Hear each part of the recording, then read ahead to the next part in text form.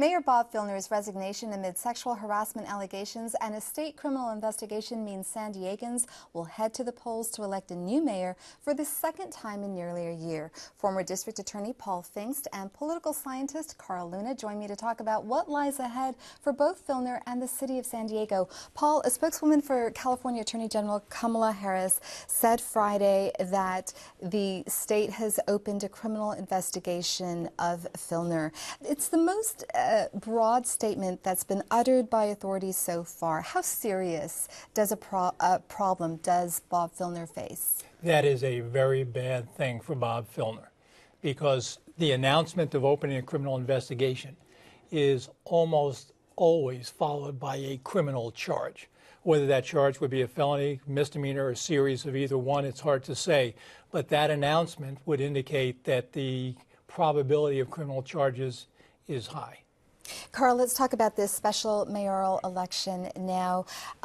Nathan FLETCHER has signaled his intention to run. He ran last year but didn't make it into the runoff. He has been labeled a political opportunist because he went from being a Republican to an independent, and then in May of this year he switched to the Democratic Party. Does that label stick, or is this election his to lose? Well, it's a combination of both. It's like that old song, Karma Chameleon. He's been a chameleon. The question is it'll be good karma for him. He might be in the right place at the right time. If Democrats really want to coalesce around a candidate who has the best chance of winning as a moderate who attracts independents, he might be their guy. But the idea that he's also something of a carpetbagger, he's going to have to deflect those charges.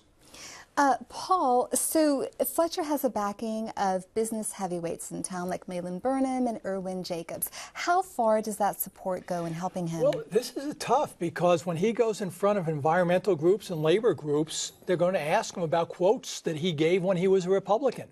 And he's going to have to either say, I've changed my mind on those beliefs that I espoused so vigorously back then, or I haven't changed my mind. If he hasn't changed his mind, then he's not going to be popular among labor and environmental groups, which are a very important constituency for the Democratic Party. If he says, I have changed my mind, then you can expect his opponent is going to run ads saying, this is what he said then, this is what he's saying now. Which do you believe? Carl, the labor unions who supported Bob Filner, the Democratic Party who supported Bob Filner, took a big hit because there are people who are saying, look, you all did not fully vet your candidate. How big of a body blow is this to the Democratic Party? How big of a body blow is it to labor? Well, it certainly did not hurt or did not help the brand. And what the party and labor have to figure out is, how do we get a winning candidate who can put it all behind us? To put in Bob Filner and have him resign and then to back a losing candidate, that would be a double whammy, which would set back the cause of progressives in town for a couple of election cycles. Well, let's look at the cause of progressives. One of the reasons that Bob Filner had so many supporters, at least until the end, is that a lot of people said, you know, this is a guy whose platform consisted of putting neighborhoods first, of putting the working man first, giving him a voice at the table. Do you see a candidate out there who might continue that legacy? I think the question now is, what's the mood of the electorate in light of Filner? Because timing is everything in politics. The issues you espouse just may not be the right issues for the right time, but somebody else may have an issue that's very timely. So what is the mood of the electorate in terms of what they're looking for? What are we looking for in a mayor now? Is it a slow and steady wins the race, or is it somebody who's flashy and with some glitz on the table? What is that person? I don't think we're going to know that answer until Election Day. A big trauma has taken place in the electorate. That trauma is only going to be slightly removed on the first Election Day, 90 days from resignation. So what is going to be the mood of the voters? And that's something political consultants are going to be polling about from now up until Election Day to find out how this has affected the normal voter. What do you think the mood of the electorate is now? The mood of the electorate is get away from Bob Filner and try to move on. Can you find somebody who's like a Jerry Sanders, who is steady, somebody dynamic, and Nathan FLETCHER, maybe a hybrid, where you get a dynamic Jerry Sanders sort? I think the personality of the candidate is going to matter more in this than in the typical election. And on the first day you file, that's pretty much the personality the public will know. You don't have a lot of time to reinvent yourself in a short window of campaigning. The key may be temperament. I think this will be a big election about temperament. I want to wrap, though, with this question. 4 of the 8 mayors who've been elected since 1963 have had to resign.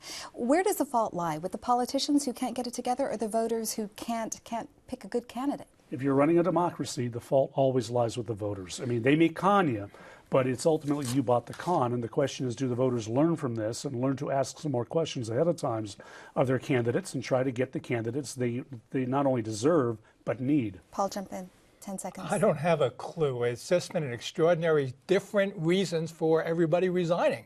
It's not the same thing over and over again. Filner brought a new thing than Dick Murphy did. Dick Murphy was slow and steady, wonderful, everybody liked him guy. But financially, it was a disaster. Bob Filner was something entirely different than Dick Murphy. So there's nothing that strings them all together. So this election is going to be, everybody hold on to your hat, and on one day, on election day, people will decide. Paul, Carl, we've got to close it there. Thanks so much for joining us. You're welcome.